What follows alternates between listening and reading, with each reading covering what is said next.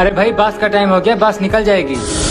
بیٹا تو میری ایک اولاد ہے، تیرے جانے کے بعد میرا خیال کون کرے گا؟ تو مت جا۔ ٹھیک ہے ابو۔ نہیں بھائی تم لوگ جاؤ، میں حافظ قرآن کی پڑھائی کے لیے نہیں جا سکتا۔ یہ اپنے باپ کی وجہ سے رہ گیا، ورنہ یہ بھی حافظ قرآن ہوتا۔ باپ کی وجہ سے لوگوں کو آگے بڑھتے ہوئے تو دیکھا ہے، لیکن پیچھے بڑھتے ہوئے پہلی بار دیکھ رہے ہیں۔ چلو بھائی چلو آگے بڑھو۔ یا اللہ میرے بیٹے کو حافظ قرآن بنا دے۔ میرے ابو حافظ قرآن بننے کے لیے بندہ کو مدرسے جانا پڑتا ہے، میں تو آپ کا پیر دبا رہا ہوں بس۔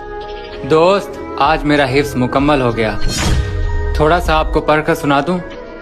قل هو اللہ احد اللہ صمد لم یلد ولم یولد ولم یکن لہ کفوا احد۔ اللہ نے تمہیں حافظ قرآن بنایا کیونکہ تم نے اپنے والدین کی خدمت کی۔ میرے نبی نے فرمایا تیرا باپ جنت کا سب سے بڑا دروازہ ہے۔